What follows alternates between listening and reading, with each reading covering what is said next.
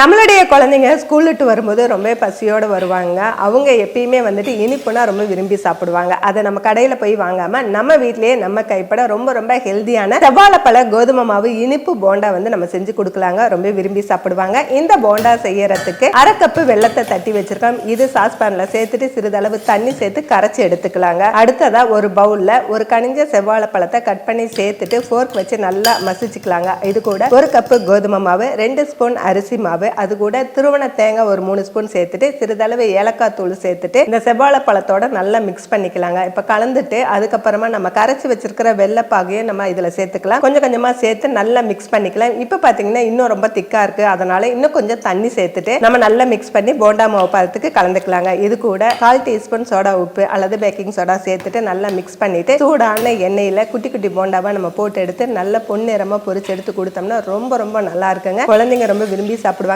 ரொம்ப ஹெல்தியாகவும் இருக்கும். இது மாதிரி நீங்கள் வீட்டில் ட்ரை பண்ணி பார்த்துட்டு கீழே கமெண்ட் செக்ஷனில் கமெண்ட் பண்ணுங்கள்.